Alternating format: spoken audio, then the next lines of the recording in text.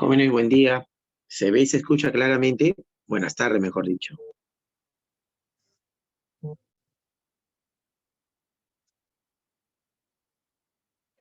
Hola, Jimena.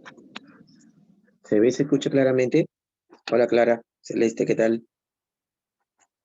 Sí, Marco Antonio. Buenas tardes. Ok. Pues sí, está bonito el día. Hola, Estefanía.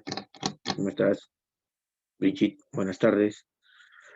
Ya, jóvenes, tenemos nuestro, Anthony, ¿qué tal? Buenas tardes. Nuestro repaso de HP, de H1, ¿cierto? Estoy equivocado. Hola, Zafiro, ¿qué tal? ¿Nuestro repaso de qué es? Jean-Pierre, buenas tardes. Vamos, jóvenes, ¿qué es nuestro repaso?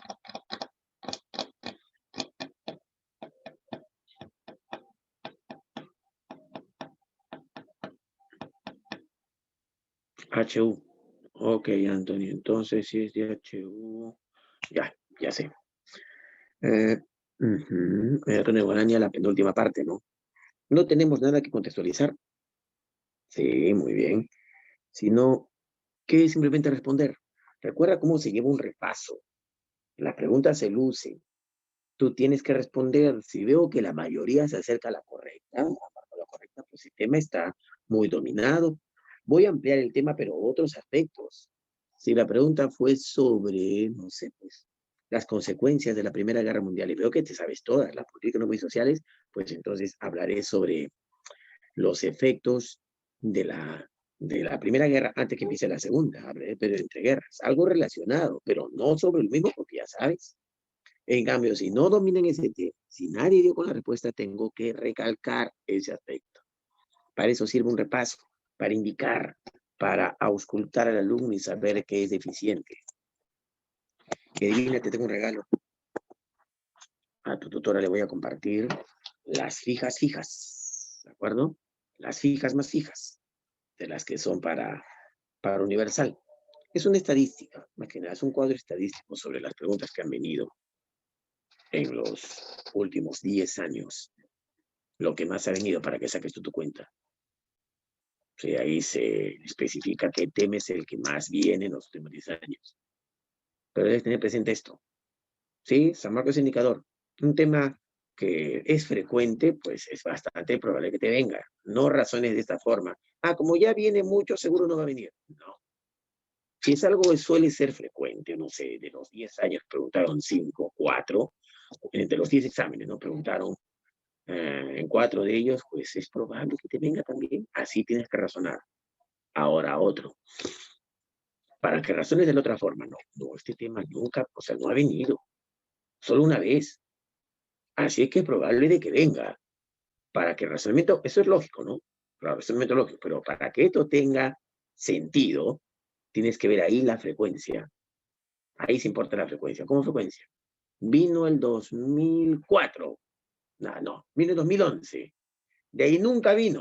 2002, 2000, nunca vino. Pues sí, es probable que te venga, porque hace tiempo no lo pregunta. ¿Entiendes? Eso sí.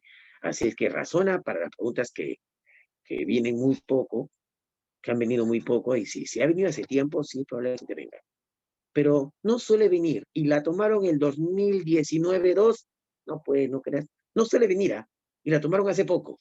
Pues es poco probable que te venga ahora en este 2021. ¿Entiendes eso? ¿Entiendes el razonamiento que te estoy dando? ¿O no?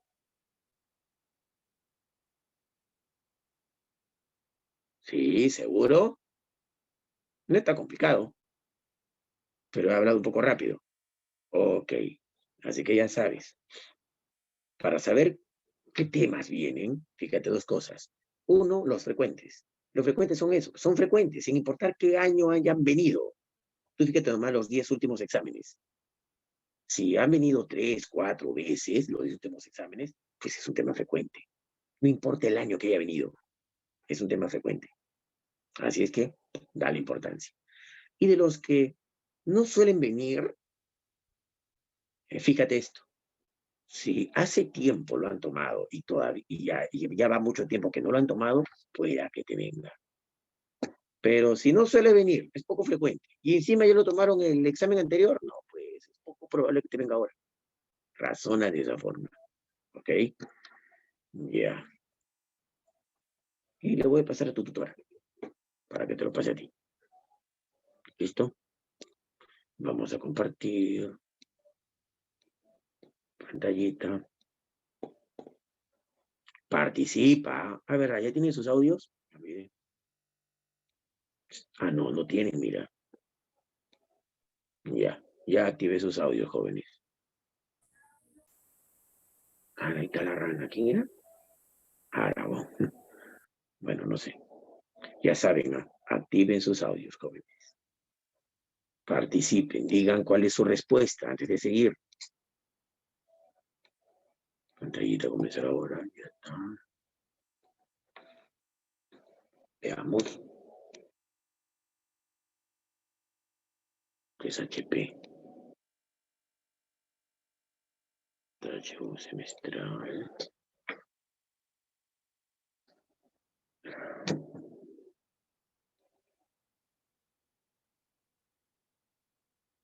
Acá está.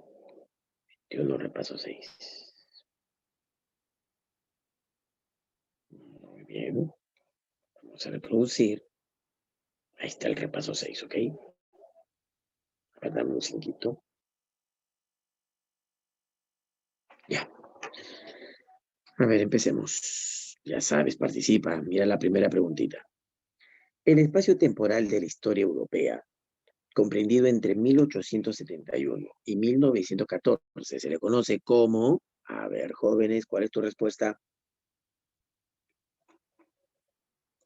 La paz armada. La paz armada, dice el varón. El ¿Correcto? periodo entre guerras. El periodo entre guerras. También van 2-1. ¿Hay La más? paz armada. Armada. Ah, me equivoqué. Ya, a ver, veamos. Miren, jovencitos, jovenzuelos. Siempre líneas de tiempo. Siempre. ¿Por qué? Porque te ayudan a ubicarte, a contextualizarte. 1871. Así que ocurrió ahí, profe. Culmina la guerra franco-prusiana. Francia y Prusia se enfrentan y Francia es derrotada en la batalla de Sedan.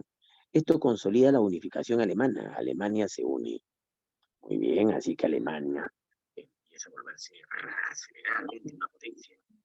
Una potencia no solo política, porque ya empieza a ser un imperio, sino una potencia económica. Claro, inicia una acelerada segunda revolución industrial, por si acaso. Ya. ¿Hasta cuándo, profe? Este periodo hasta 1914, año en que se inicia, ¿no? El asesinato del Instituto de Francisco Fernando, inicia la Primera Guerra Mundial. Pues bien, al periodo que va del 71 hasta el 14, es conocido como la paz armada. ¿Por qué? Es una política de fuerte carrera armamentista, de formación de bloques económicos, aunque no es lo único que pasa, pero ya, ahí te va eso.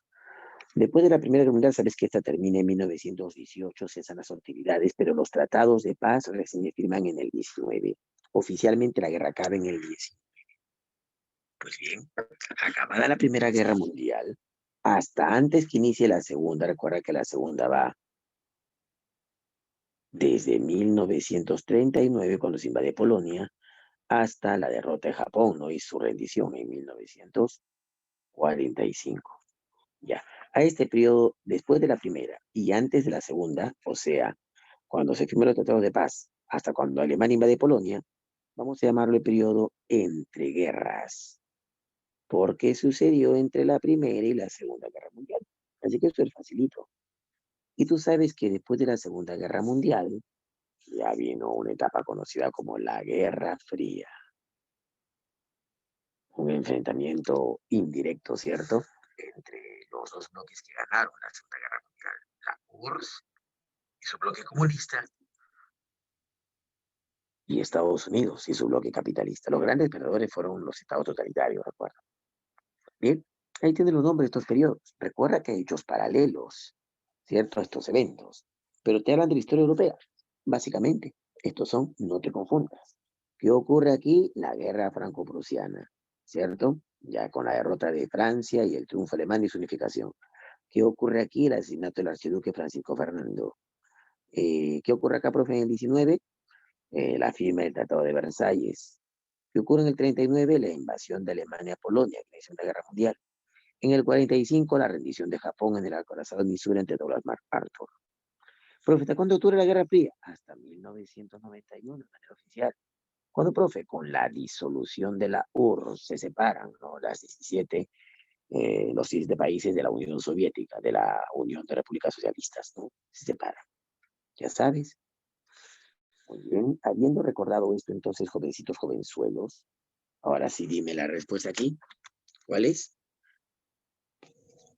Paz armada. La paz armada. La paz Facilito. armada. Ok, facilito, ya sabes, recordado. Durante la Primera Guerrita Mundial, la Entente Cordial estuvo formada por, a ver, chancones, Gran Bretaña, Francia e Italia. ya eso dice la niña, ¿qué dice el resto? Gran Bretaña, Francia y Rusia. Ya, ¿qué dice el resto? Van Gran dos. Bretaña, Francia y Rusia. Gran Bretaña, Francia y Rusia.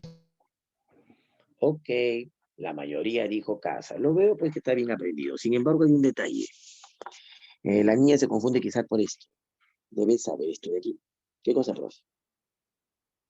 Los bloques enfrentados. Fue en este orden. Si hay que dibujar Europa así rapidito para que lo comprendas. Cierto, Noruega, Finlandia, Suecia, Dinamarca, Alemania, Francia, la península ibérica, España, Portugal, ¿sí o no? Francia, Italia, la península de los Balcanes, Mármara, el Mar Negro, Turquía, Egipto, Túnez, Marruecos, ya, aquí, Inglaterra, Irlanda, Reino Unido, ¿verdad? Mira, Chancón, desde 1871 que acaba la guerra franco-prusiana, Alemania ya unificada era un imperio. Alemania sabía, ¿de acuerdo? Que Francia, la derrotada, estaba picona y que pronto buscaría la revancha. Alemania le había quitado Alsacia y Lorena, además que la había humillado, jurando a su Kaiser en el Salón de los Espejos de Versalles, sabiendo que Francia quería el desquite, ¿de acuerdo? Y que antes de unificarse, antes de ser Alemania, recuerda que Alemania era Prusia, hasta que hay un montón de estados, uno de ellos somete a la unificación, Prusia. Prusia, antes de mecharse con Francia, se había mechado con Austria, con el Imperio Austriaco, bueno, con el Reino de Austria. Ahora Austria se unió a Hungría, el Imperio Austrohúngaro. Alemania, sabiendo que Francia podía buscar una alianza con Austria, como antes eran aliados, así pasó a Prusia, se mechó con Austria y la derrota. Y luego fue en Magenta, en la etapa previa a su unificación. Y luego derrota a Francia en la batalla de Sedan. Ambas habían sido en parte aliadas, pero primero derrotó a una, luego a otra. Ahora que Francia está picona, sabe que puede buscar una nueva alianza, ¿no? Con Austria-Hungría. Entonces Alemania, ahora convertida de Prusia en Alemania, busca la unificación con Austria-Hungría. Logran unirse, formar un bloque, olvidan sus diferencias de la antigua guerra. Y ahora ambos son imperios, el imperio alemán y el imperio austrohúngaro. Otto von Bismarck, ¿de acuerdo? Muy hábil, un político, un diplomático hábil, sabe que tener a Rusia como aliado es vital. Así es que invita al imperio ruso del zar a ser parte de su alianza. Así que ahora la alianza es así, es enorme. Y llamaron a esto el imperio ruso. Y llamaron a esto la Liga de los Tres Emperadores. Alemania, Austria-Hungría y Rusia eran emperadores. Bacán, así que daba miedo. Inglaterra ve con peligro el crecimiento económico de Alemania, un potencial rival. Así es que olvida sus antiguas diferencias con Francia. Antiguas diferencias, claro. Recuerda, las guerras napoleónicas. Inglaterra veía que Francia crecía y convenció a las demás potencias de hacerle cargar un montón. Y venía desde atrás la guerra de los 30 años. Y más atrás, la guerra de sucesión española. Recuerda que ahí Francia también se mecha con Inglaterra. Y más atrás, la guerra de los 100 años. Es que tenían siglos enfrentados. Olvidaron su diferencia de siglos y formaron un bloque al que llamaron la Entente Cordiale. La Entente Cordiale. Así lo llamaron, ¿ah? Ya, esta zona, los Balcanes, era una zona aspirada así de lejos por países europeos, por dos razones, por su entrada al Mar Negro y por su entrada pues al Mar Mediterráneo. Rusia no tenía salida al Mediterráneo, ansiaba controlar los Balcanes. Y adivina, ahí estaba una aliada suya, Serbia. De todos los países de la región de los Balcanes, que adivina, estaban divididos, pues estaban controlados por el Imperio Turco. El Imperio Turco. Controlar esa región, aunque debido a una guerra civil les dio cierta autonomía, cierta independencia. Ahí estaba Serbia, Bosnia, Croacia, ¿de acuerdo? Bulgaria, Albania, Grecia, había varios países ahí. Montenegro después, bueno, adivina. Austria-Hungría también aspiraba a la famosa salida de los Balcanes. Rusia también, ahí tendrá un problema. Austria-Hungría controla Bosnia. Eso preocupó a Serbia, porque Serbia pretendía anexarse Bosnia.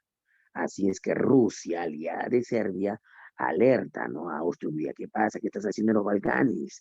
Y le pide a Alemania intervenir. Oye, dile a Austria-Hungría que no friegue, los Balcanes ahí yo tengo aliados. Quiero salir de los Balcanes. Pero ya en Alemania, te recuerdas que fue la unión con Rusia, que era Bismarck. Bismarck ya fue jubilado, ya estaba recontra muerto por el nuevo emperador de Alemania, que el Kaiser Guillermo II. Ya Guillermo I ya fue. Guillermo II gobierna. Y él era más aliado de Austria-Hungría que de Rusia. Así es que le dice a Rusia que no moleste, que Austria-Hungría tiene todo el derecho a entrar a los Balcanes. Uy, Rusia se molesta, pues. El zar se separa, se rompe la liga de los tres emperadores. Cuando Francia se entera de eso, invita a Rusia a ser parte de la Entente Cordiale. Cuando ya los tres se unen, surge la Triple Entente. ¿De acuerdo? Ahí recién surge la Triple Entente. Es un detalle para que veas en esa pregunta, pero ya, perdónalo. La Entente Cordial en realidad es una alianza solo entre dos, entre Inglaterra y Francia. Fue una alianza entre dos. Cuando ya se unen los tres con Rusia, surge la Triple Entente recién. Cuando Rusia abandona la alianza, o sea, la Liga de los Tres Emperadores, Alemania y el Imperio Austrohúngaro buscan un reemplazo y lo encuentran en Italia. Italia también aspira a salir a los Balcanes, ¿de acuerdo? Se unen. Así nace, cuando se une Alemania, Austria-Hungría e Italia, así nace la Triple Alianza. Ya los bloques estaban formados.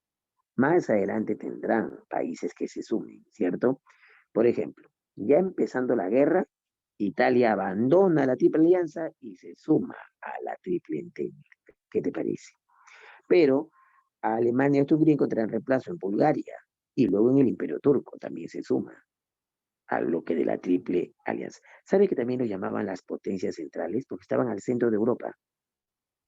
En cambio, la Triple Entente ya tiene otros aliados: Estados Unidos, más adelante Japón, también se mete al conflicto. Ten presentes que te he contado, ¿ok? Y ahora sí, vamos a la preguntita. Ya aquí entonces debe decir Triple Entente, ¿no? Pero ya, déjalos. Entente Cordiale, Gran Bretaña y Francia. Pero Italia, profe, se sumó después ya. La primera en unirse fue Rusia. Gran Bretaña, Francia y Rusia forman la Triple Entente en realidad. ¿De acuerdo? Ya casi sería la respuesta. Las razones políticas de la Primera Guerra Mundial estuvieron relacionadas con... A ver, dime tu respuesta, Chancón, Chancona. El problema de los Balcanes.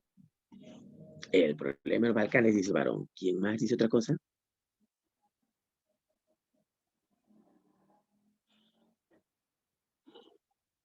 Vamos, El Chancón. problema de los Balcanes. La carrera También. armamentista de las potencias. Eso dice una niña, creo. Muy bien. Un varón, no entendí bien su voz. Me parece que es una dama. ¿Quién más? ¿Quién más? ¿Nadie más? Pues muy bien. Felicidades para la dama. ¿Cómo así? Recuerda, varón. Tu respuesta es correcta. Sí, es un antecedente, pero no es política. Yo estoy seguro que te dice ver de esta forma. Ay, no.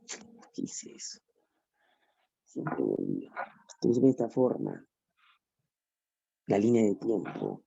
Te lo mostré así incluso, como un tenedor, como un trinche.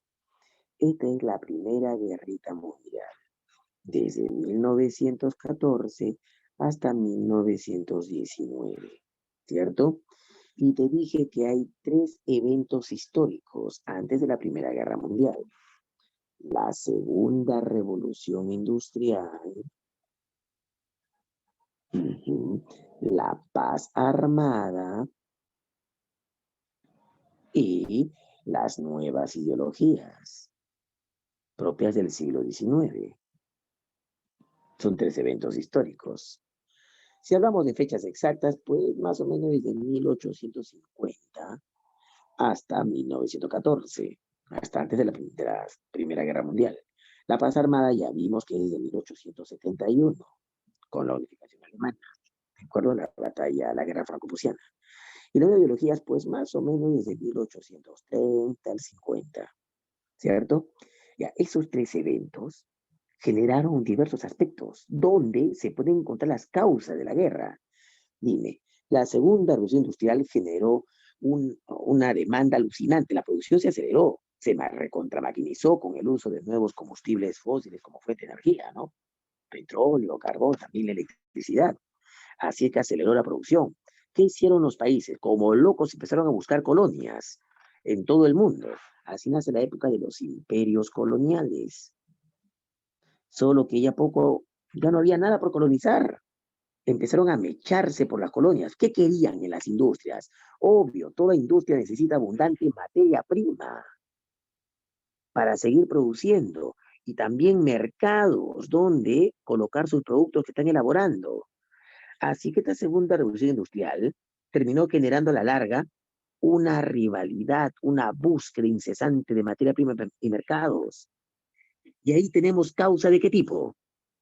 La búsqueda de mercados y fuentes de materia prima. ¿Cómo llamarías esa Económica. causa? Claro, ahí tenemos la causa económica de la guerra. ¿Lo ves? Ahí encontramos la causa económica. Ahora, la paz armada, ¿qué fue? Fue un periodo, una etapa histórica, donde se da una acelerada carrera armamentista. Los países no eran imbéciles, sabían que esta rivalidad por colonias pronto iba a desencadenar una guerra. Créeme, en ese tiempo trataron de hacer pactos y acuerdos, lo se llaman la paz.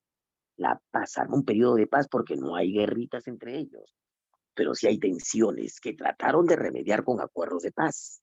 Uno de ellos, por ejemplo, fue en la famosa cumbre de Berlín o la conferencia de Berlín, fomentada por Alemania, donde los países potencias europeos se repartieron África como si fuera una torta, además de otras zonas coloniales también en el mundo. Solo que ahí algunos quedaron más contentos que otros. Alemania asegura cierta posición, pero quedó picona en la región de Marruecos. Inglaterra aseguró su posición colonial, pero quedó picona por el predominio de Alemania en Asia Oriental, ¿de acuerdo?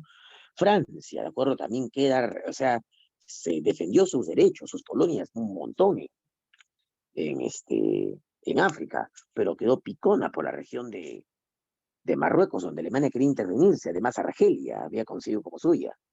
Así es que, adivina, estaban haciendo acuerdos, pero no en todo acuerdo siempre queda alguien un poco más descontento que el otro. Obvio, eso va a pasar. Alguien queda más picón que otro. Firme el acuerdo, pero así a regañadientes. Así es que, claro, se inició una fuerte carrera armamentista. Solo que piensa, ¿no? Sabes que entonces tienes en Europa países donde la guerra pronto va a estallar. ¿Y por qué va a ser? Por colonias. Todo el mundo lo sabe. Pero empiezas a armarte, te das cuenta que tu futuro enemigo sabes tú más o menos con quién vas a mecharte, ya sabes por qué, porque has perdido cierto control en las colonias que creías tuya y ahora la perdiste. Más o menos tienes idea con quién mecharte, pero te enteras que él pues tiene una acelerada carrera armamentil, tiene más armas que tú. Ante una eventual guerra te va a revolcar. Así es que, ¿qué haces para evitar eso? ¿Qué haces? Armarme. No puedes armarte más, pero el otro también se arma, no es idiota, también sigue armándose a más velocidad que tú. Así que si la guerra estalla en cualquier momento vas a salir perdiendo. ¿Qué chance tienes? Te queda una salida. ¿Cuál Lo es? mato al toque. No, otra más inteligente. Vamos, Chancón, lo mato al toque. Qué bien. Aliarme con otros países. Claro, pues la típica frase, el enemigo de mi enemigo es mi amigo. De arranque, eso pasó pues con Serbia, Rusia y todo lo demás. Empezaron a formar bloques, empezaron a tejer alianzas, alianzas militares. ¿Sí o no? Así nació, como viste, ya te conté, la Triple Alianza, Alemania, Italia y el Imperio Austrohúngaro. Y la Triple Entente, Francia, Inglaterra y luego Rusia. Y cada quien tenía sus aliados. Serbia, por ejemplo, era aliado de la Triple Entente porque era aliada de Rusia. Alemania, Bulgaria había hecho aliada con Austria-Hungría, que también era aliada de Alemania. ¿Te das cuenta? Así es que se empieza a tejer una fuerte política de alianza. Y adivinas, aquí tenemos, esto fue el detonante de la guerra, porque adivina, así inició la guerra, ¿no? Austria-Hungría se entera que mataron en Bosnia a su heredero, al archiduque Francisco Fernando. ¿Quién lo mató? Un grupo terrorista serbio. Así es que de arranque de un ultimátum a Serbia y moviliza tropas. Como no aceptó uno de los puntos del ultimátum, declara la guerra y la invade. Rusia advierte, cuidado, pero como invadió, le declara la guerra al Imperio Austrohúngaro, pero ella tenía su aliada, que era Alemania. Declara guerra a Rusia, pero Rusia tenía su aliada, que era Francia, declara guerra a Alemania, y así todos contra todos. La guerra hubiera acabado solo entre Austria y Serbia si no se hubieran tejido alianzas. Pero como había alianzas, la guerra fue tutti mundi, todos contra todos, porque había alianzas. La guerra fue mundial por esa de alianzas. Entonces ahí tenemos la causa de qué tipo. ¿Cómo es esa causa? De que estalla la guerra. Estas alianzas militares, ¿qué causas son? Políticas. La causa política. Claro. Ahí tenemos la causa política de la guerra. Ahora falta la causa social. Me estoy adelantando, la causa social de la guerra. ¿Y cuál fue? Adivina. Debido a estas ideologías que venimos desde el tiempo, las más antiguas, fueron el liberalismo, el anarquismo, y ya más recientes fue el socialismo, tanto utópico como científico. Y las revoluciones burguesas habían difundido harto nacionalismo. Este nacionalismo fue extremo en la región de los Balcanes. En los Balcanes, te dije Serbia, ¿no? Fomentaba el paneslavismo. ¿Qué es el paneslavismo? La unión de todos los pueblos eslavos. Y es que Serbia, Bulgaria, Bosnia, Croacia, Eslovenia, se sentían, ¿de acuerdo? Se sentían descendientes de los eslavos, ¿de acuerdo? Así que había razones de sobra para ser un gran país, pero obvio, alguien tenía que liderar esa unión y Serbia se consideraba la líder por naturaleza, cosa pues que causaba la rivalidad de algunos pobladores en Bulgaria y otros en Bosnia. Bosnia era vecina de Serbia. Serbia, Bosnia, cuando era chiquita, Serbia era más grande. El 70% de la población en Bosnia era de origen serbio. ¿Y por qué no se unieron? Porque recuerda que antes todas ellas habían sido controladas por el Imperio Turco y ganaron su independencia poco a poco. Pero su división política no estuvo muy bien establecida. Pues fue el caso de Bosnia y Serbia. El 70% de la población en Bosnia era de origen serbio, así que Serbia creía tener el derecho, obvio, a ser dueña de toda Bosnia. Pero un 20%, un 30% de la población en Bosnia, sobre todo en la capital, en Sarajevo, eran blancones, vinculados más al Imperio Austrohúngaro. Por eso Austria-Hungría tenía la intención de anexarse toda Bosnia, por esa escasa población. La idea era hacer propaganda. Querían que sí, Bosnia obvio va a aceptarse parte de un gran imperio, pero no un pueblucho como es Serbia. Por eso, el heredero, cuando se casa con su esposa, ¿no? Viajaron a Bosnia para hacer una suerte de luna de miel. Ver un mensaje, ¿no? Mira, queremos a Bosnia. Bosnia es un bonito país. Austria-Hungría considera a Bosnia una bonita región. Qué bacán sería que esa parte del Imperio Austrohúngaro. Estamos haciendo turismo ahí en Bosnia. Saludaban a la gente, daban algunos regalos, ¿sí? Entraban en contacto con algunos políticos, ofreciéndoles cargos, ¿no? Ahí en el Imperio Austrohúngaro. La idea era hacer propaganda. Serbia pues se entera y un grupo terrorista serbio, Mano Negra, instalado ahí en Bosnia, asesina al archiduque Francisco Fernando. Así estalla la guerra. ¿Ves? O sea, ahí en los Balcanes habían grandes asuntos y problemas étnicos, rivalidades étnicas, raciales. Esta rivalidad étnica fue la que llevó al grupo terrorista a matar al heredero de la corona austrohúngara, y eso generó el estallido de la guerra. Si es rivalidad étnica, ¿acaso no es una causa social? ¿Ves? En estos tres eventos históricos encontramos las causas de la Primera Guerra Mundial. ¿Sí o no? La causa económica, la política y la social. Eso estoy seguro que te expliqué. Bueno, si viste a Chu conmigo, porque no se hubo rotación de aula. Ahora que ya sabes eso, chancona, dime. Las razones políticas de la Primera Guerra Mundial estuvieron relacionadas con La la paz carrera armada. armamentista de las potencias. Claro, la paz armada y la formación de bloques. No lo olvides. Sí, eso es delito. Es el periodo de la historia que abarca desde el Tratado de Versalles, el fin de la Primera Guerra Mundial, ¿no?, hasta el ataque a Polonia, con lo que se inicia la Segunda Guerra Mundial. Es en ese periodo de invención que se desarrollan regímenes totalitarios, claro, los fascismos, el crack del 29 y la Guerra Civil Española. Periodo entre guerras. Periodo entre guerras. ¿Alguien más? Periodo entre guerras. Muy bien, el tema está recontraaprendido. Además, tenemos que leer tiempo antes de ser contraaprendido, ¿cierto? Muy bien, avancemos entonces rapidito. Las principales fuerzas sociales que impulsaron la Revolución Rusa de octubre de 1917, dirigidos por el partido bolchevique, fueron, a ver, changones, Obreros, campesinos y soldados. a ver, ¿qué dice el resto?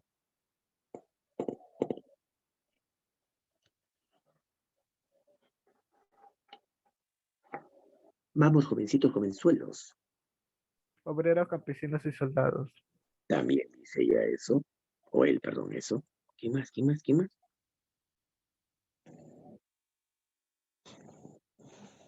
Ya, bueno, mira, ya que el resto no habla, pero han dado una respuesta. Pero para que quede claro, porque el resto no habla, imagino que está en duda. Siete la línea de tiempo de la Revolución Rusa. Hay un antecedente, 1905, ¿de acuerdo? Fue una revolución, pero de carácter burguesa. ¿Sí? La burguesía, que quería transformarse. Recuerda, Rusia era un estado autocrático, era una monarquía absoluta, gobernaba el zar. Hubo un evento ahí alucinante conocido como el Domingo Sangriento. Se reprimió a la población. Esta burguesía quería instalar una suerte de república, ¿no? Una revolución pues como la francesa, pero que fracasa. Incluso el hermano de Lenin murió ahí. Pobrecito Lenin quedó traumado con ese evento, se la juró al zar. Bueno, y Rusia siguió siendo un estado zarista, absolutista, pero que pasaba por momentos de crisis. Empieza a industrializarse, pero lentamente. Ocurrieron eventos terribles como la guerra de Crimea, ¿de acuerdo? La guerra ruso-japonesa que perdieron. Y adivina, en 1914 se inicia la Primera Guerra Mundial y Rusia se mete a la guerra y también va perdiendo, ¿de acuerdo? En los lagos masurianos, ¿de acuerdo? Y en Tannenberg pierde. Era muy impopular el zar, muy impopular porque nos llevaba a puras derrotas hasta que llega 1917, ¿de acuerdo? En este año, dos eventos importantes. Vamos a ponerlo más acá. Más acá. Primero, la revolución de febrero, que en realidad es marzo. La revolución de octubre, que en realidad es noviembre. ¿Qué? Total, profe, es que ellos seguían en el calendario que no es el gregoriano, recuerda que está adelantado por veintitantos días, creo. Bueno, para ellos era febrero, para ellos era octubre, ¿de acuerdo? Ya, ¿qué pasó en febrero? Los dos, ambos del mismo año, 1917. ¿Qué pasó en febrero? El golpe, digamos, el movimiento revolucionario fue dirigido por el partido menchevique, que era un partido moderado, ¿de acuerdo? Un grupo político liderado por burgueses. Sí, la pequeña burguesía y el partido menchevique dan una suerte de golpe, ¿no? Un levantamiento popular que acaba con la abdicación del zar. O sea, matan el zarismo, matan la monarquía absoluta. Fue su gran mérito. ¿Quién dirigió este golpe, profe? ¿Quién crees? Alexander Kerensky. Y de inmediato implementaron, como te digo, lo que quería la burguesía, implementaron una república. Qué bacán, importante logro. Sin embargo, cometieron errores. Este partido, ¿no? Y esta república establecida por Kerensky no dio beneficios sociales a la enorme población. Y es que se olvidaron de algo. Esta revolución fue la burguesía queriendo tomar el poder. Y acá parece que lo logra. Pero también hay causas sociales de esta revolución. Y es la más importante. La gran desigualdad social que había. Y la enorme pobreza que vivía las poblaciones más humildes. El 70% de la población en Rusia era pobre y un 30% pasaba hambre. Vivía en extrema pobreza, la cosa era grave. La profe, sí era grave. Había una fuerte desigualdad social. Ellos dieron leyes, dieron derechos, como por ejemplo las elecciones, el voto, el sufragio. Qué bacán, pero ¿tú crees que ellos están peleando por derechos? Más pelean por una igualdad social, los obreros, y por hambre, los campesinos, por comida. Y adivina, el infeliz de Kerensky decide continuar en la guerra, continúa en la Primera Guerra Mundial. Más derrotas todavía. Así es que ese gobierno republicano fue impopular. Esa impopularidad fue aprovechada por otro partido, el partido bolchevique, que era más radical. El partido bolchevique en octubre, ¿de acuerdo? Fomenta otra revolución, ahora dirigida por quienes, ya no por la burguesía, sino por tres grupos sociales: los proletarios, es decir, los obreros, los soldados y los campesinos. Así, y es que fue idea de Lenin que dirige eso, Vladimir Ilich Ulyanovich o Lenin, ¿de acuerdo? Y su pata Trotsky, y luego su colaborador Stalin, dirigen este movimiento, ¿de acuerdo? ¿Por qué, profe? ¿Por qué proletarios, sea obreros, soldados, campesinos? Porque la idea de Lenin era esta: implantar un gobierno socialista comunista, y ese tipo de modelo organizativo es de esta forma. Mira, cuando lleguemos a la URSS te digo lo que son los soviets. Esta asamblea de soldados campesinos liderados por obreros se llaman los soviets. Estaban tratando de cumplir pleno consejo de Marx y Engels. Era una revolución de carácter marxista. Bueno, tomaron el poder, desplazaron a los mencheviques y ahora los bolcheviques se hicieron con el poder en Rusia. Y lo primero que decide Lenin es apartarse de la guerra. Firmó el tratado Brest-Litovsk con los alemanes y se apartó, les cedió territorios en las zonas de los países bálticos, ¿de acuerdo? Y además Polonia también le cedió. A cambio, ya se libraba de la guerra. Y Lenin pudo concentrarse en consolidar. Y a esta etapa, llaman la etapa revolucionaria. Aquí llamamos la etapa de la consolidación de la revolución, porque aún no han terminado. Que ellas no tuvieron éxito, faltaba algo. Aquí divide dos etapas. Desde 1917 hasta 1921, 22. ¿De acuerdo? ¿Qué cosa, profe? ¿Qué pasa hasta el 22? Una enorme guerra civil entre rusos, ¿sí? ¿Por qué? Porque ahora los bolcheviques tienen el poder, pero los mencheviques no se dejan. Así es que mira, el partido menchevique, aliado con la burguesía, aliada con los zaristas, o sea, los monarquistas que querían que el zar retorne otra vez, aunque ya lo habían matado ya, que volviera un zar, sobre todo los nobles, y adivina, extranjeros, potencias extranjeras, que veían en el surgimiento de un gobierno social comunista un peligro. Estados Unidos, también Francia, ¿sí? Enviaron algunas, no muchas, pues algunas tropas para apoyar a estos mencheviques. Así nace el Ejército Blanco, así se llamaban. Bueno, contra ellos, los bolcheviques se organizan. Trotsky, ahí fue el hombre fuerte, organiza el Ejército Rojo. Los bolcheviques, ¿de acuerdo?, se enfrentaron a este Ejército Blanco. Y adivina, con gran esfuerzo lograron derrotarlos. Se consolida, por eso la revolución, con esta guerra civil. Y Lenin puede implementar su famosa NEP, su nueva política económica, pero se muere en 1923.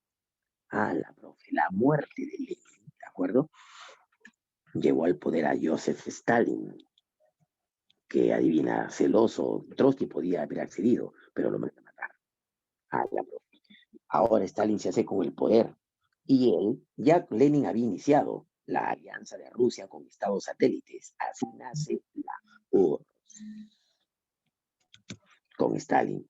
Y a través de sus famosos planes quinquenales, se lo llamó de cada 5 años, logró volver a Rusia una potencia industrial, rápidamente se utilizó industria pesada sobre todo, y una potencia militar.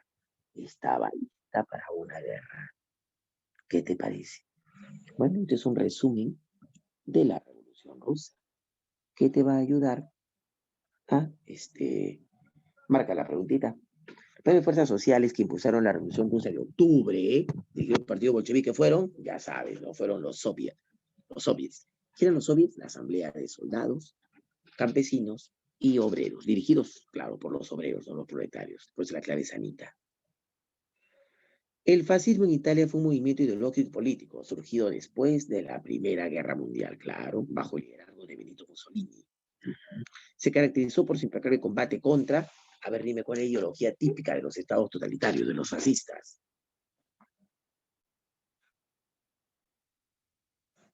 Se caracterizó por su implacable combate contra la democracia liberal y el comunismo.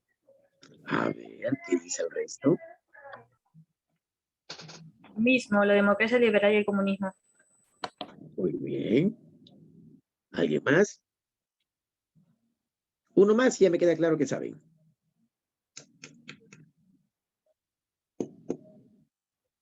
Sí, la democracia liberal. Ellos detestaban el régimen democrático. ¿Por qué? Porque decían que era una falacia que existan varios partidos. Eso mantiene dividido el espíritu nacional de su gente. Dice, un solo partido. Importa la nación más que el individuo. Alucinante. ¿Quién está molestando? Uy, uy, uy. Ya. Es una falacia la existencia de varios partidos. Un Estado totalitario, un Estado fascista, limita las libertades democráticas. Por si que queda restringida el derecho a la información, la prensa, todo lo controla el Estado. ¿Qué te parece? Un Estado policíaco, eso es un Estado fascista. ¿Sí? Ahora, ¿qué detesta del comunismo? La violación, pues, de la propiedad privada. Porque un Estado fascista es un Estado burgués, pero un Estado dirigido por una mediana y pequeña burguesía, de carácter industrial. Detesta el comunismo porque no respeta la propiedad privada. Detesta el comunismo, ¿de acuerdo?, por desnaturalizar la idea de un nacionalismo extremo. ¿De acuerdo? Entonces, son sus grandes enemigos. Por eso es que se me echaron con los demócratas como Estados Unidos y con los comunistas como la URSS en la Segunda Guerra Mundial. Como que escogieron mal el bando. Hubieran tomado una medida más demócrata para mecharse primero con los comunistas o al revés, más comunista para mecharse primero con los demócratas, ¿no? Pero sí, y encima se ubicaron en el punto medio también en el mapa. O sea, estaban entre dos tendencias poderosas, porque la URSS era poderosa y Estados Unidos también, estaban entre dos potencias poderosas y además ubicadas entre ellas también. Por un lado estaba Francia y Inglaterra y por otro lado estaba la URSS. Mala decisión. Y entonces, mira acá necesito. A ver, otra. Sobre la década de los años 30, señale lo correcto. A ver. ¿Qué marcas? Varón también, al toque. En este periodo se producen los gobiernos de Stalin, Churchill, Hitler y Mussolini. ¿Qué dice el resto? A ver si hay algo, una clave mejor.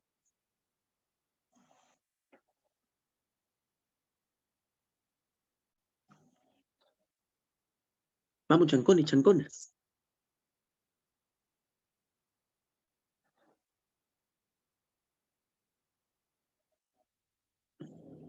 Nada. Entonces no queda claro, ¿ah? Se produce la guerra civil española entre nacionalistas y pragmáticos. Mira, eso no es porque, sí es cierto, la guerra civil española es en la década del 30, pero fue entre nacionalistas, llámalos también si quieres falangistas, fascistas, que era un grupo de militares, militares radicales dirigidos por Franco, militares, y republicanos, no monárquicos. España era una república en ese entonces, no una monarquía. Republicanos, ¿de acuerdo? Llámalos también si quieres socialista, porque era la tendencia del gobierno socialista. Había el miedo de que se vuelvan comunistas. Así es que la pequeña burguesía, la pequeña y mediana, apoyaron a los militares con tal de irse con este gobierno republicano. Pero quisiera demócrata. Sacrificaron la democracia con tal de evitar que el comunismo llegue al poder. Por eso apoyaron. Y además la razón por la que esta guerra civil la ganan fue porque recibieron la ayuda de Alemania y de Italia, aunque los republicanos recibieron la ayuda de la URSS. Fue un escenario de prueba. Pero ya sabes, como aquí dicen monárquicos, no puede ser la respuesta. Se funda la Sociedad de Naciones, que es la profesora de las Naciones Unidas. Adivina, en el periodo entre guerras se fundan las naciones, pero no fue la guerra del 30, fue en 1917. Durante la guerra fue idea de Woodrow Wilson, ¿cierto? Así que falsazo. ¿Qué fue? Falsazo. En este periodo se producen los gobiernos de Stalin, Churchill, mira, lo dejo al final ya. Se produce el Tratado del Orcano, que es una extensión de la Paz del Reims. Para empezar, la Paz del Reims fue el que logró cesar las hostilidades en la Segunda Guerra Mundial, antes del Tratado de Berlín. Segunda Guerra Mundial es en la que del 30. El Tratado de Locarno se firmó antes, no tiene que ver con la Paz de Reims, así que es falsazo. Entonces la respuesta sería casa. Sí, pero hay algo que corregir, Damita, tú que has dicho que la respuesta es casa. Es cierto que en la década del 30 gobiernan en la URSS, gobierna Stalin, desde antes incluso, pero sí, en la década del 30 gobierna Stalin, se cumple. El más gobernó hasta el 51, creo. Es cierto que Hitler en la década del 30 gobierna Alemania, llega al poder en el 31 como canciller. Y es cierto que en Italia, incluso desde antes, firmó el Tratado de Letrán, ¿no? Con el Papa. Desde antes gobierna Italia y ya para el 30 sigue gobernando Italia. Pero Churchill era un periodista. Recién en 1940 llega a ser primer ministro inglés. Y el 40 y en la década del 40, pues, no es el 30. Así que aquí hay que ver un error, ¿no? Pero como ya 40 está cerquita al 30, quizás lo han considerado, no han tenido en cuenta eso. Pero siendo objetivos, no sería Churchill. Pero bueno, como no hay otra clave, todas las demás no tienen sentido. La respuesta es casa. Aclarando eso. ¿Ok? Ya. A ver, ¿qué dice ahí? Los avances tecnológicos presentes en la carrera espacial, así como el enorme financiamiento básico que hicieron para esa tecnología, responde a ver qué marcas, Barón Damita.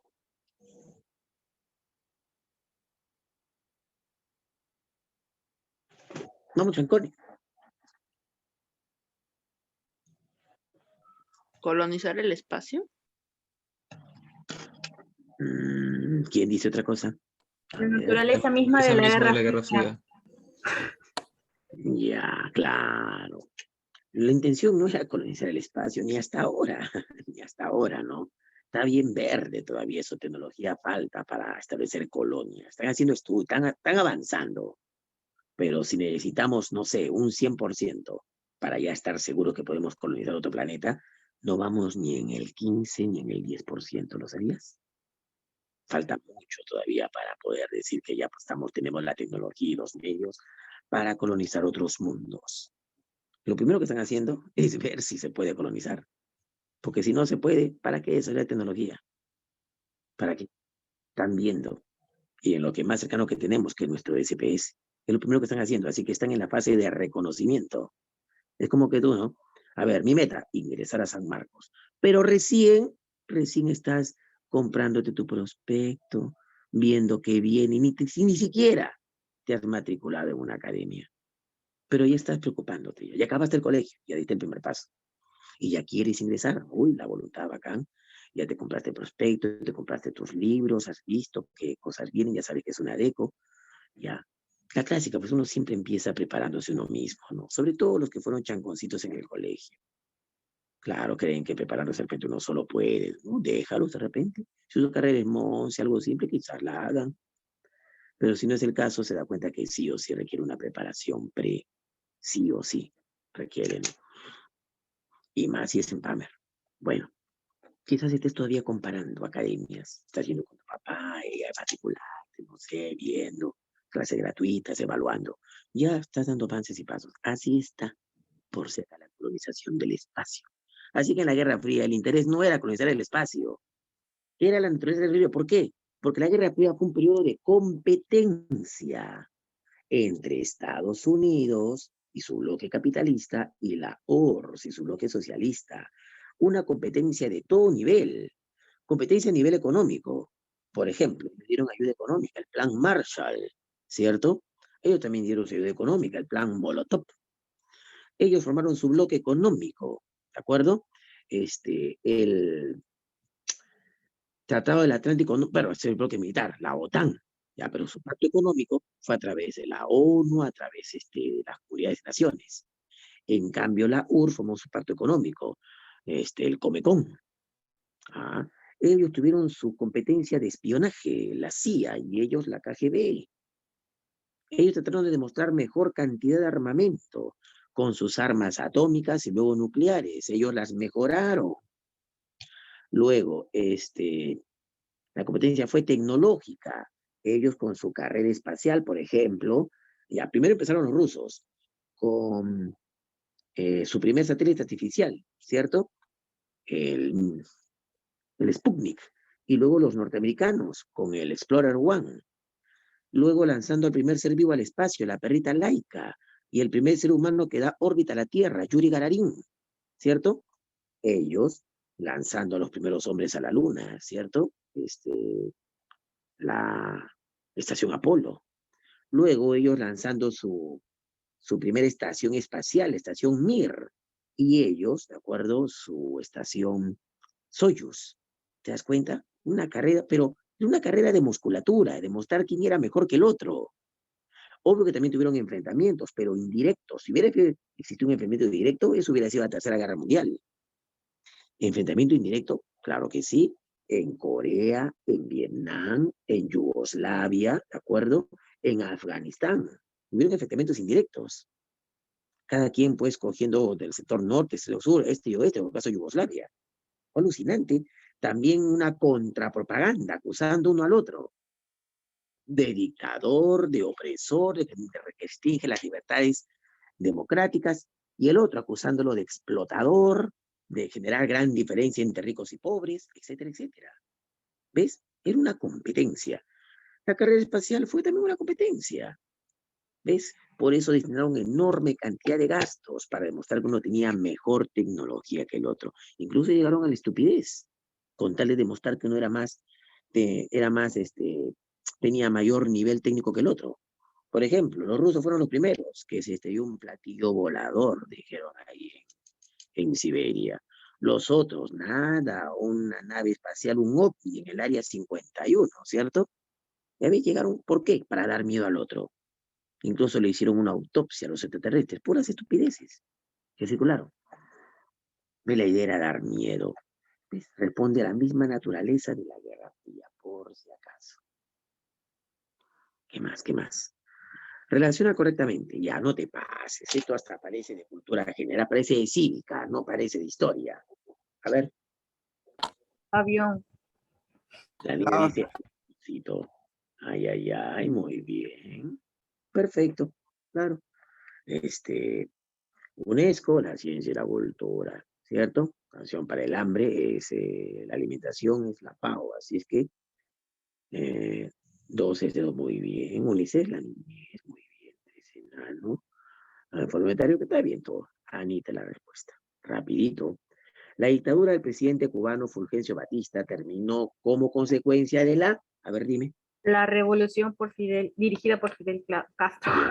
¿Qué dice el resto? La revolución dirigida por Fidel Castro, verdadero. Ya van dos. Muy bien. ¿Y más? Lo mismo. Ok, perfecto. ¿Por qué no fue la falta de ayuda del pueblo? Porque ya el gobierno de Batista era impopular. Falta de ayuda del pueblo tenía siempre. Renuncia voluntaria, nada, él esperó que tomara La Habana. Hizo una contrarrevolución que fracasó.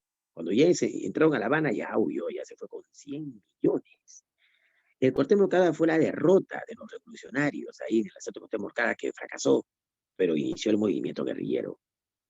Sí, la revolución dirigida por Fidel al final triunfa cuando toman La Habana y ahí Fulgencio Batista termina huyendo. Así acabó su dictadura, una huida. ¿De acuerdo? Sale de la isla rumbo a Estados Unidos, recontramillonario. Así cualquiera, ¿no? Fue un movimiento político de carácter pacífico en Checoslovaquia con la finalidad de poner fin al monopolio del poder del Partido Comunista de aquel país. Y como consecuencia de ello surgen dos estados independientes que son la República Checa y Eslovaquia. ¿Alguien sabe? Terciopelo. La revolución del terciopelo, dice la niña.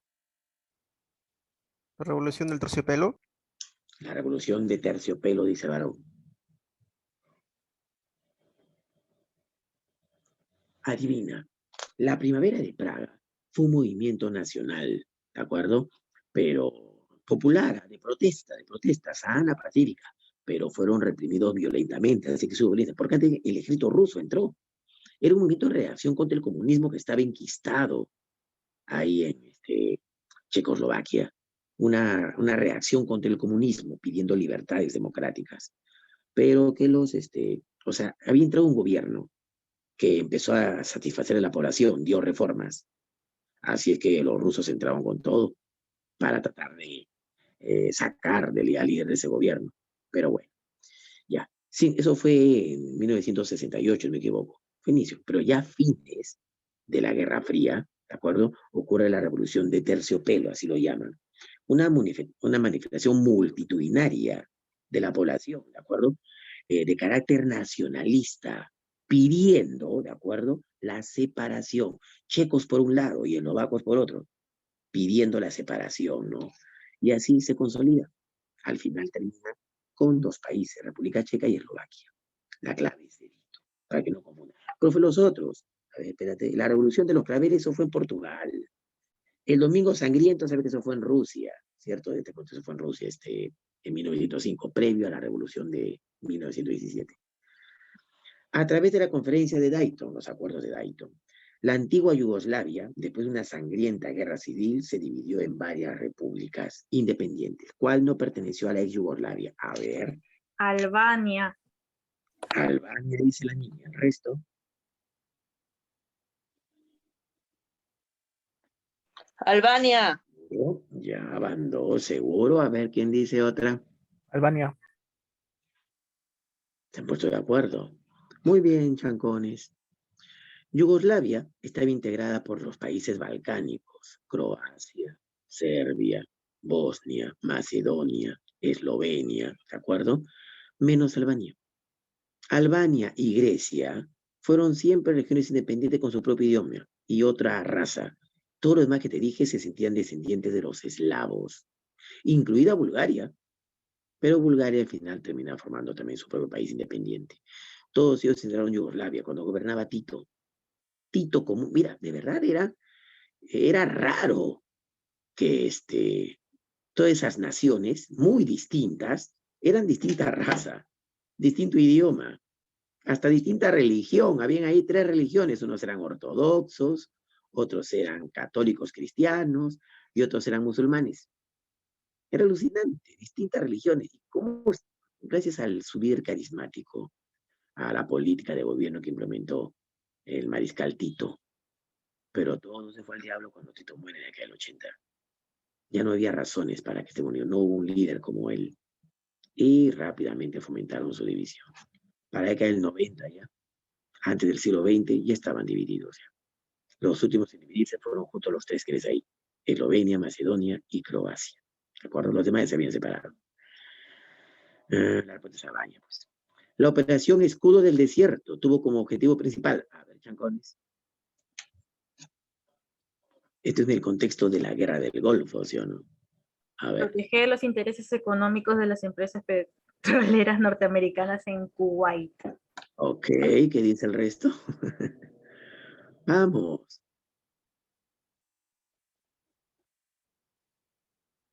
¿Seguro?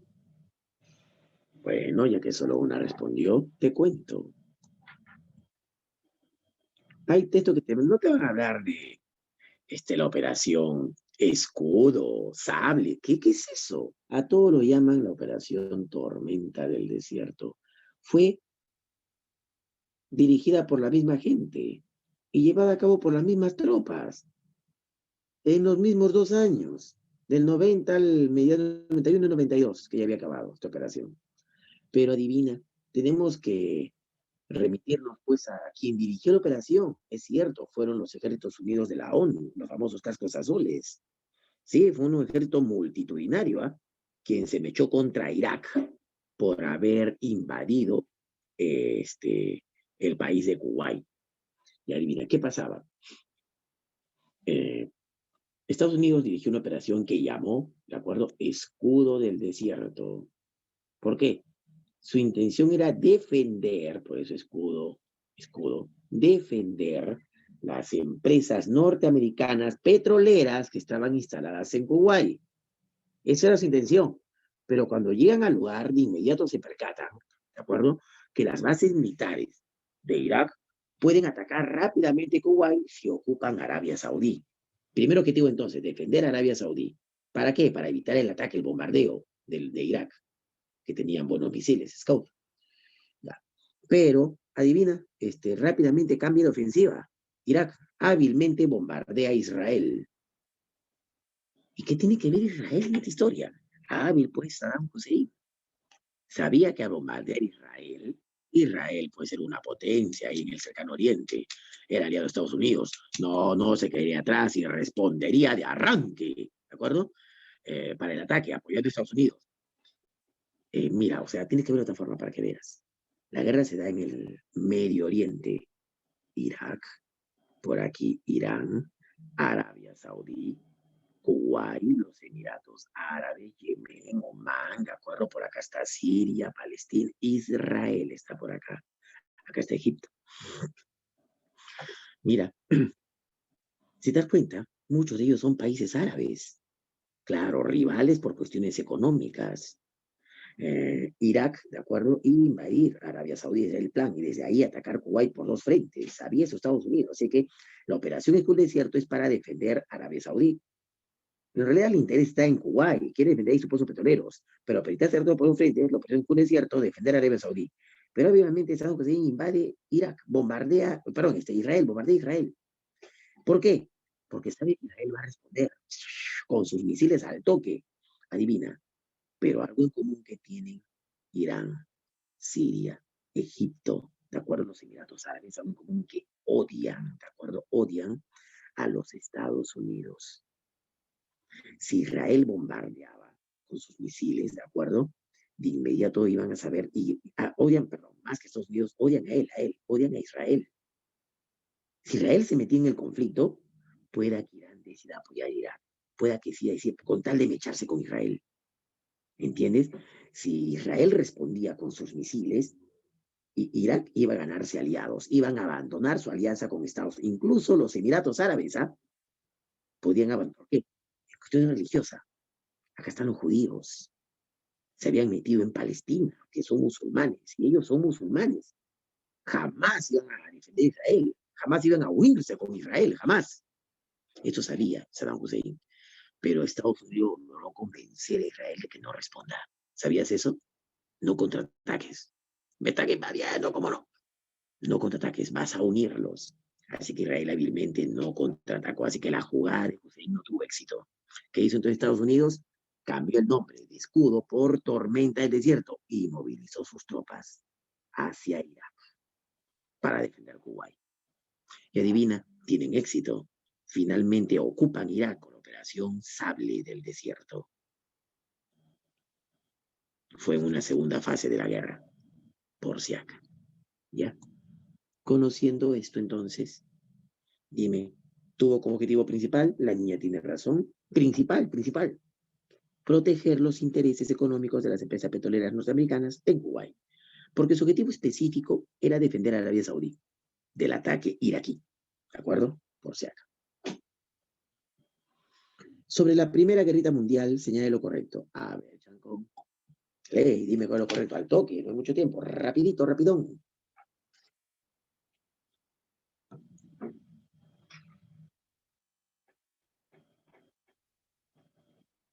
Nada. Eso. Beso, dice la niña. El resto 2 y 3. también dice 2 y 3, beso. 2 y 3. Ah, caramba. A ver, creo que tienen razón. Vamos a revisar. Una de las causas es el atentado en Sarajevo. Adivina. Esto es el pretexto de la guerra, no la causa. La causa más importante es la lucha por mercados. Te dije que sí, la causa económica, la más importante, claro que es. La amenaza de los submarinos alemanes, los U-boats, ¿cierto? A las vías de comercio marítimas europeas es una de las causas de la intervención de Estados Unidos. Claro, el pretexto fue el hundimiento de Lusitania, pero justamente fue por la guerra submarina que bloqueaba el comercio en el Mar del Norte, en el Canal de la Mancha. También por eso se mete Estados Unidos. A través de los 14 puntos del presidente de Estados Unidos, Woodrow Wilson, ¿esas autoridades? No, eso fue en 1917. Él postula sus 14 puntos. Y cuando se hace realidad en las Naciones, ya la guerra había acabado. Y cuando postula sus 14 puntos, la guerra seguía. Así que no cesan las hostilidades. Lo que cesó las hostilidades fue el armisticio de Compiègne. ¿Recuerdan, sí o no? Así que esto es falso. Una de las consecuencias de la fundación de las Naciones Unidas fue la fundación de la Sociedad de Naciones. No, esto fue consecuencia de la Segunda Guerra Mundial. Falsazo. Por eso la respuesta es beso, 2 y 3. Muy bien, chancones.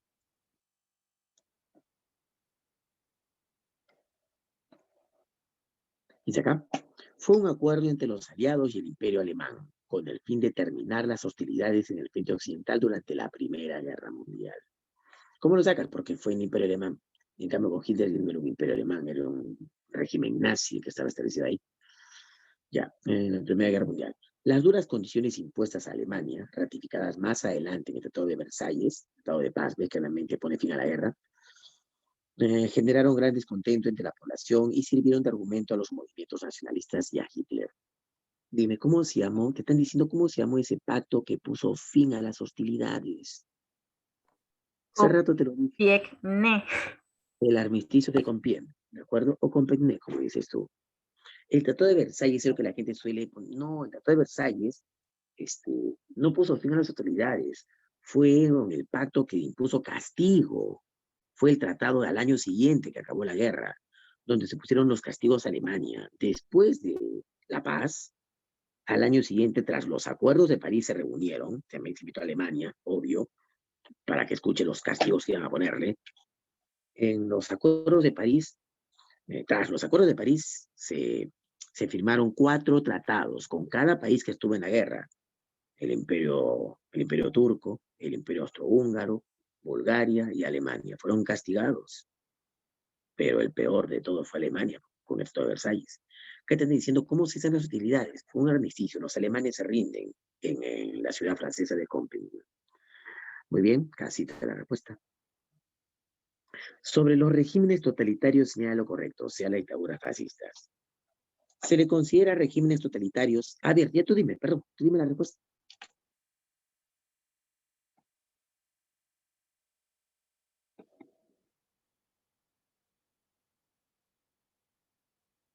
Vamos, chancón, chancona.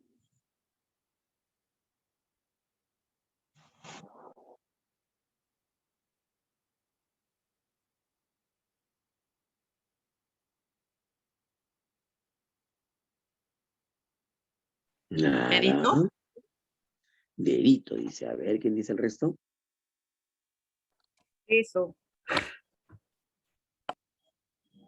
Beso, dice. A ver, ¿qué dice el resto?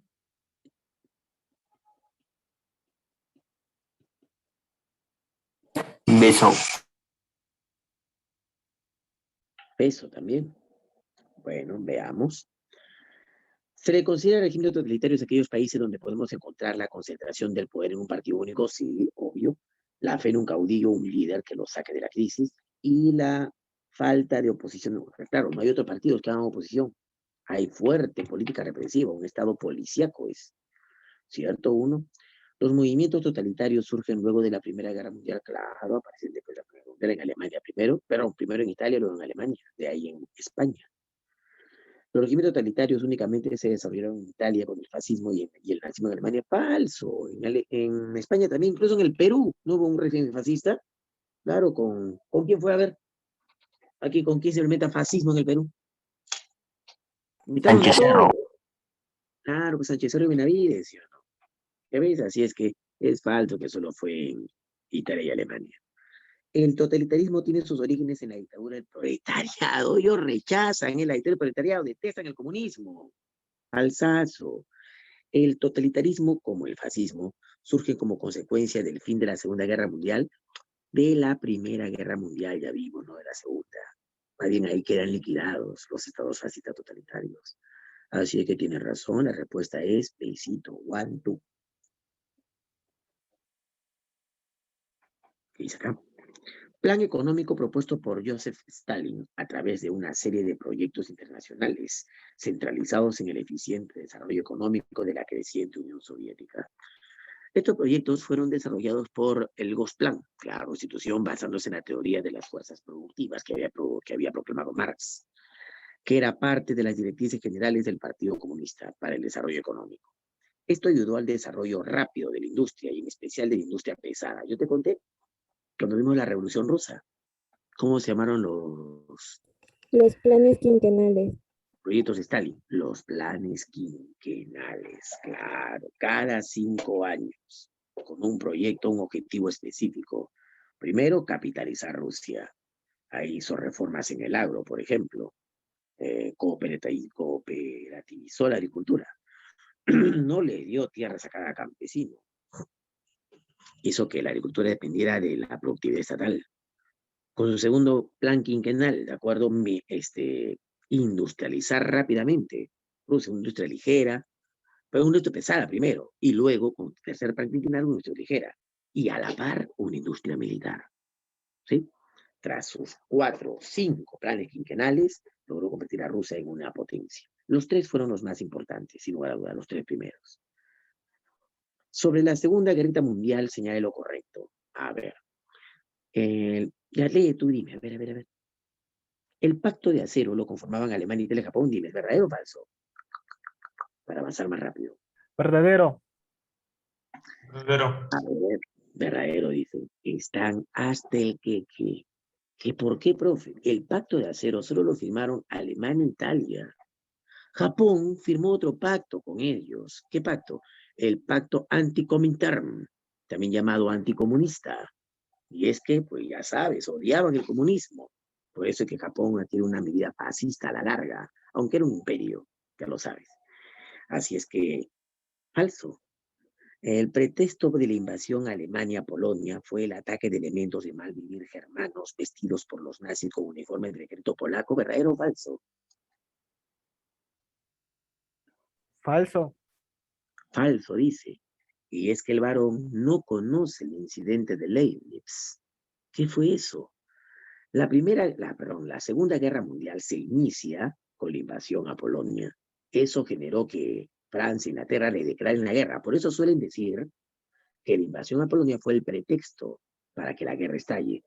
Fue el motivo, más que pretexto, fue el motivo para que Francia e Inglaterra le declaren la guerra a Alemania.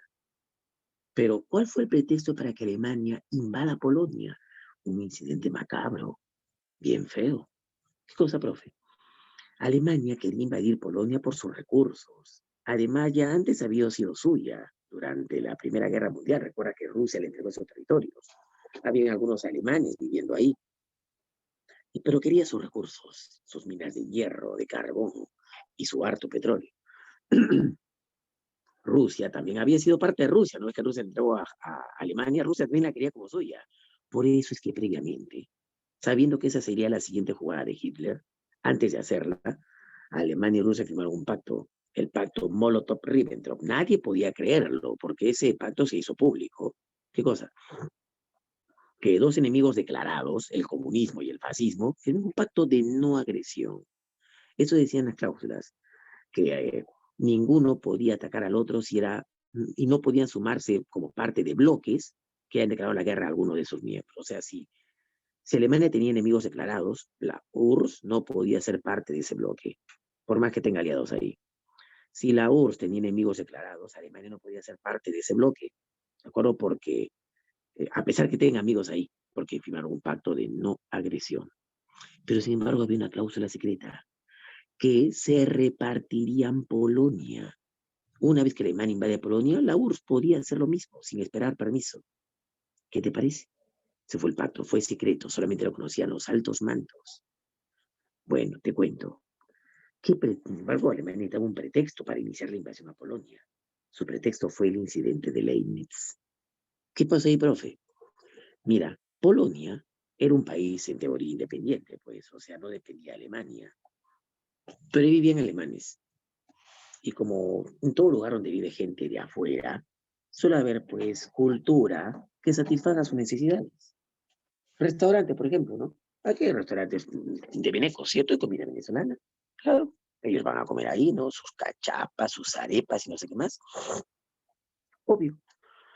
Igual acá radios, ¿cierto? Aquí se ha escuchado música, hay radio que sintoniza música andina. Porque hay un migrante, hay gente que viene a la sierra y quiere escuchar su guainito, sus bailas, no sé. Y hay música pues para ellos. Hay estaciones radiales que pasan ese tipo de música. Déjalos, pues la gente libre escucha lo que quiere, ¿no? Claro, de full guay, ¿no? Acá en Lima. ¿Por qué? Porque tienen un público que los escucha. Obvio.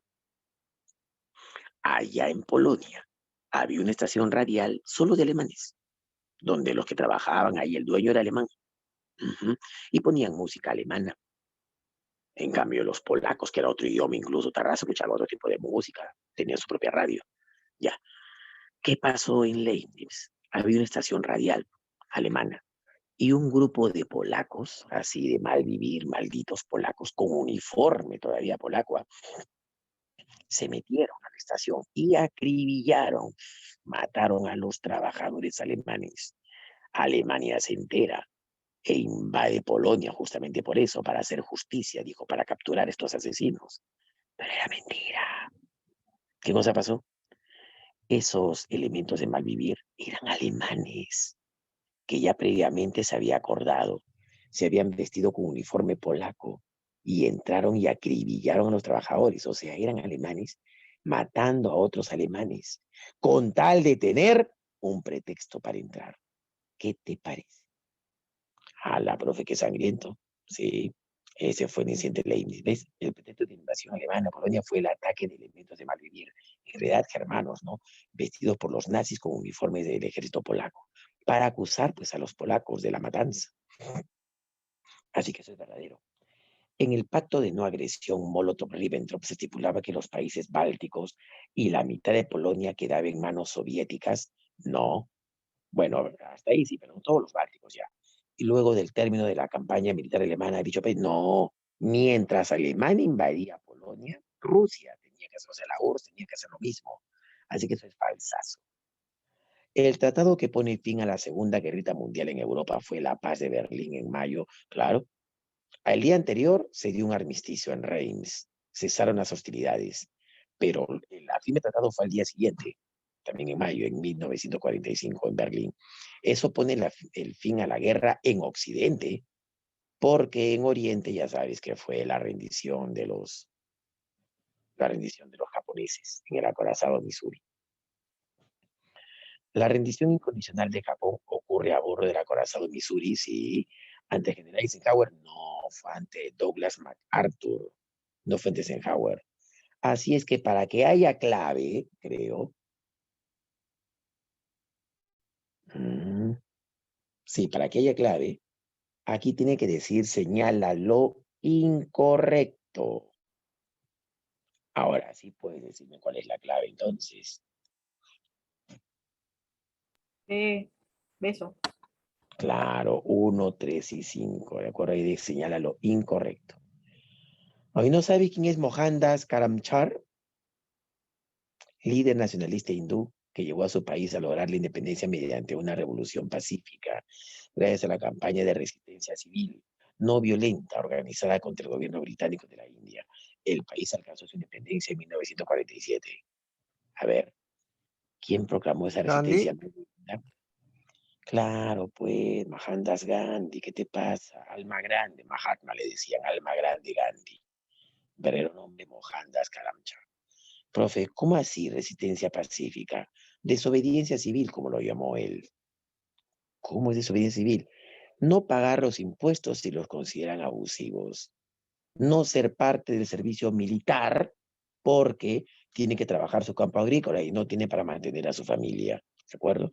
No asistir a las iglesias anglicanas que estaban fundando los ingleses. Seguir practicando su credo y su fe. No luchar con armas, sino desacatar las leyes de los británicos. Y adivina, generó pues crisis en los británicos, no tenía cómo sofocar esa crisis, era el contexto de la Guerra Fría, no podían reprimirlos. Al final terminaron abandonando a la India. El problema que se ganó es que él trató, ¿no?, de dar una tolerancia religiosa. Él era hindú, ¿de acuerdo? Pero trató de dar tolerancia religiosa a los musulmanes. Pero él decía, no, hubo fanáticos hindús que no toleraban a los musulmanes. Uno de ellos lo mata. Un fanático hindú, por si acaso. Ya, la respuesta aquí es besito. Son funcionarios peruanos que han ocupado altos cargos en la ONU. No te pases. A ver, cultura general. Casa. La C. A ver, dice casa la niña. Ya, a ver, a ver.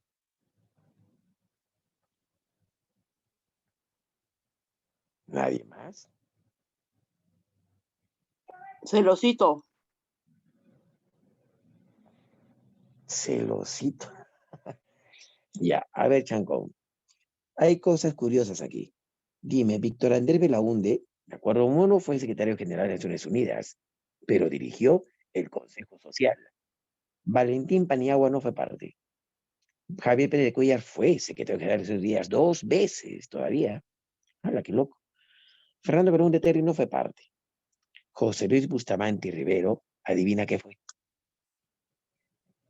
Ocupó el más alto cargo de una institución de la ONU, uno de los más respetados. Muchos saben de personas tales, pero pocos se acuerdan de él. El hombre fue presidente de la Corte Internacional de Justicia de La Haya. Eso no cualquiera lo logra. Era un jurista de renombre, este personaje, sabía de leyes. Bueno, así es que sí, es 1, 3 y 5. Pero curioso aquí es que desde la lista, y dime cuáles son los 3 que fueron parte del mismo partido político. Acción Popular. Dime, ¿quiénes fueron los 3?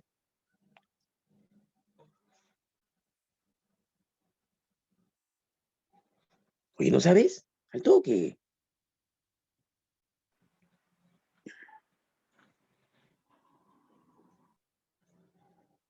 Eso me decepcionas, Valentín Paniagua, Javier Pérez de Cuellar y obvio Belaúnde Terry, su fundador, pues. Claro. Ya, a ver, otra. Dice acá. Fue una organización de cooperación económica, mira, una agrupación económica formada en torno a la URSS por diversos países socialistas, cuyos objetivos eran el fomento de las relaciones comerciales entre los Estados miembros, en un intento de contrarrestar a los organismos económicos internacionales de economía capitalista, así como para presentar una alternativa al denominado Plan Marshall, desarrollado por los Estados Unidos. A ver, Chancón. Comecon. A la comunidad de estados comerciales, ¿cierto? Estados comunistas. Bien. ¿Qué fue el Pacto de Varsovia? Fue una alianza militar. El Plan Molotov fue la ayuda económica que dieron a Europa del Este para contrarrestar el Plan Marshall, que era el plan económico de Estados Unidos, para rescatar, auxiliar a Europa Occidental, ¿no?, incluida Alemania Occidental también. Ya. El Pacto de Moscú, ya sabes, fue o Pacto de Moscú o Tratado de Moscú, fue también conocido como Tratado 2+4, la unificación de Alemania, ¿no? Eso fue en el 90. Ya, ¿qué más? Política llevada a cabo junto a la perestroika por Mikhail Gorbachev. Fueron 2 los paquetes de reformas que él aplicó, uno en el plano económico, otro en el plano social. Ya. Mira, fueron 2. Mientras que la perestroika se ocupaba de la destrucción económica de la Unión Soviética, ¿no?, la otra reforma se refiere, pretendía atenuar, disminuir las políticas restrictivas que impedían la libertad de expresión. Claro, fue una reforma en la prensa, en el libre acceso de la población a la circulación de ideas, a la difusión de las noticias. Y la libre circulación de ideas, ya ves, permitió conocer tanto los errores del gobierno soviético de la época de Stalin, como el accidente nuclear de 1986 en Chernóbil. A ver, dime. Glasnost. Glasnost. El Glasnost, muy bien. Comecon, ya sabes, fue una agrupación económica. El Gosplan fue una institución creada por Stalin para aplicar sus planes quinquenales. Y ya sabe que fueron los planes quinquenales, proyectos, ¿de acuerdo? Políticos y económicos para volver a la URSS una potencia.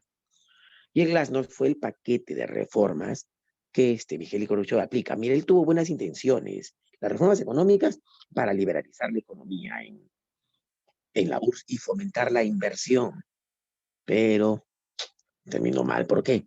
Aceleró el descontento de los que se habían beneficiado con el comunismo. ¿Por qué? Porque ahora vieron a otros, muy pocos, crecer económicamente, los que se habían beneficiado con moneda extranjera y los que no se fueron al diablo. Generó mucho descontento. Entonces muchos países le tuvieron separarse. Eso aceleró pues la separación económica. Y la medida social también fue, o sea, la intención fue buena. Había muchos presos políticos por la oposición que le hacían al régimen, varios deportados por haber violado la libertad de expresión. Estaban detenidos, así que los iba a liberar, iba a repatriar la gente, no iba o sea, iba a tolerar que la gente opine libremente, que quería con eso pues simpatizantes que apoyen su política de gobierno. Pero adivina, el tiro le salió por la culata, porque al liberar a sus opositores hubo fuerte crítica. Ahora que se permitió la crítica, se permitió la libertad de expresión, ¿de acuerdo? Más criticaron el régimen comunista. A la propia. Así es que a veces pasa eso. Te das de bueno, pero más te critican. La experiencia te va a enseñar. Eso le pasó a él. Las medidas son buenas, pero terminaron acelerando la disolución de la URSS. La perestroika y el glasnost. A ver, sobre Alemania de la posguerra, obvio que se habla a la Segunda Guerra Mundial, ¿cierto? Señalen lo correcto. Alemania es dividida en 4 zonas de ocupación por las potencias vencedoras de la Segunda Guerra Mundial. Dime, ¿verdadero o falso? Verdadero. Verdadero. Verdadero. Claro, 4 zonas de ocupación, una para cada país vencedor, pues para Estados Unidos, para Avión. Francia, Inglaterra, por un Avión. lado. A ver si es cierto, dice, vamos a ver, mira, se adelanta. Y el otro para la URSS, ¿cierto? La famosa RFA terminó siendo la unión de Estados Unidos, Francia e Inglaterra. Y la RDA, República Democrática Alemana, la parte ocupada por la URSS, la comunista. Luego se construyó el muro de Berlín. La República Federal Alemana, la RFA, se mantuvo neutral y no participó en ninguna alianza militar durante la guerra. Falso. Formó parte de la alianza militar OTAN contra los estados comunistas. No se mantuvo neutral. Siempre, de acuerdo, criticó a la RDA por la política represiva de su población. La República Federal Alemana, recuerda que la de la izquierda, la occidental, en la década de los años 50 se convierte en la primera potencia económica de Europa Occidental. Falso, es cierto que creció rápida y económicamente, pero no fue la primera. Durante el gobierno de Konrad Adenauer, es cierto que Konrad Adenauer logró el milagro económico alemán, su rápida recuperación económica, pero todavía no se convierte en la primera potencia. ¿Cuándo será eso, profesor? Cuando firman la famosa CECA, la Comunidad Económica del Carbón y del Acero, antes de que sea la Unión Europea. Ya Alemania se había convertido en una potencia en Europa. Fue la década del 80, no en la década del 50. Así que eso es falsazo. La capital de la República Federal es Berlín. Falso. La República Federal, la capital era Bonn. ¿De acuerdo? Y en Oriente sí era Berlín. ¿De acuerdo? En la RDA sí era Berlín. Alemania, mientras estuvo invadida por las potencias aliadas, no participó en olimpiadas y campeonatos mundiales de fútbol. Falso. La Alemania occidental, o sea, la RFA, sí participó en olimpiadas. La que no participaba es la oriental, por si acaso. Ahí no te están diciendo cuál. Prácticamente era un país invadido y que perdió todo signo de independencia. Falso, ¿no? Así que como dijo la niña, la clave es solo one, ¿de acuerdo? Solo uno. Muy bien, chancones, muy bien, ¿eh? Hoy ya vas a ver. El Tratado 2+4, también llamado Tratado sobre el Acuerdo Final con respecto a Alemania, fue un acuerdo firmado en 1990 entre la República Federal de Alemania, RFA, claro, la de Occidente, la República Democrática Alemana, la RDA, la de Oriente, y las 4 potencias que controlaban la zona de ocupación aliada en Alemania. ¿Recuerdas? Así fue. Este era la RDA. Y aquí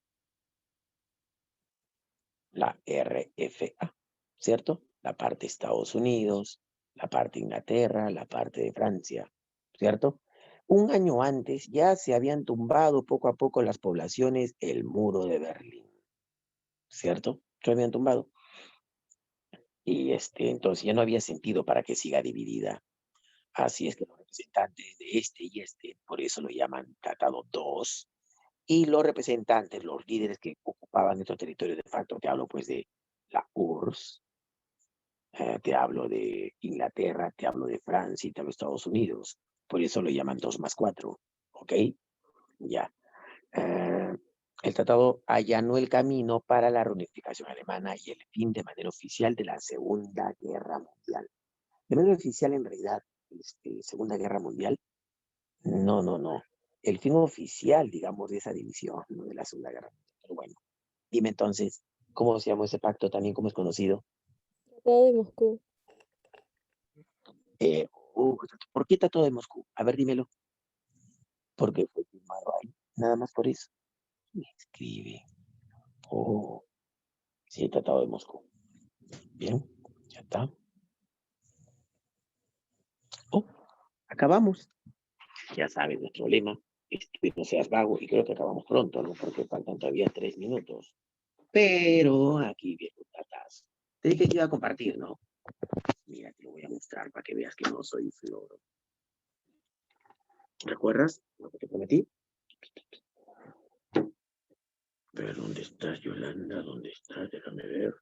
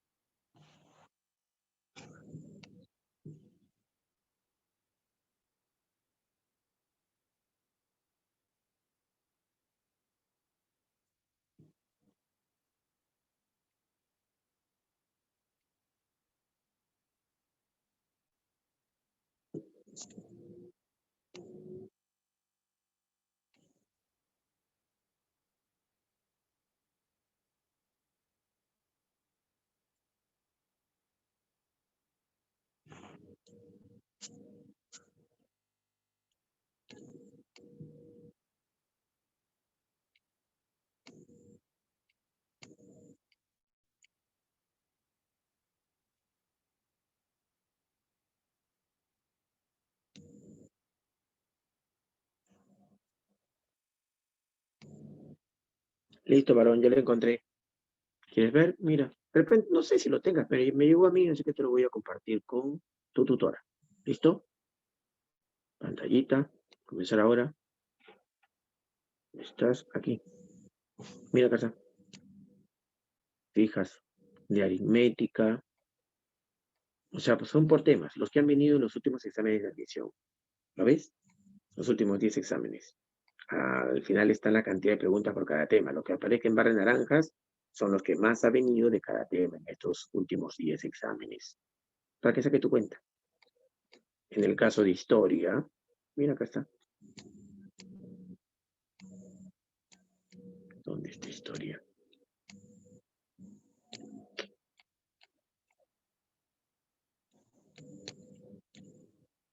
¿Dónde estás, oye?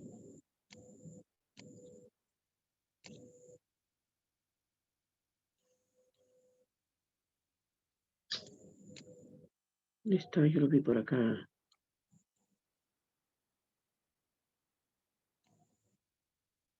Acá está. Historia universal del bloque ABD. ¿Lo ves? Profe, la comunidad primitiva, sí viene, al menos en esa secuencia, no ha venido en los últimos 3 exámenes, puede ser, me ha venido 5 veces. Grecia, aunque ya vino el examen pasado, pero bueno, ha venido 3 ocasiones. Los demás, 1 o 2 veces nada más ha venido. También, para los bloques C y E, viene antropogénesis. Mira, hace ya 3 exámenes no ha venido. Feudalismo, siempre viene, eso es un hecho, ya te dije, siempre viene feudalismo. Desde los últimos 20 años venido como 27 preguntas, por si acaso. ¿Listo? Ya para que no digas que soy egoísta. Ya, con tu tutor entonces le pides. ¿Listo, chancones? Ahí nos quedamos. Estudios no sean vagos. Gracias, profe. A ustedes, gracias. Saben, sean buenas personas. Chao, Laurita. Bye. Cuídese, profesor. También cuídate. Chao, Karen. Bye a todos. Sean buenas personas, ¿ah? Chao, Jean. Hasta la otra semana. Estudien. Bye. Chao, Naomi.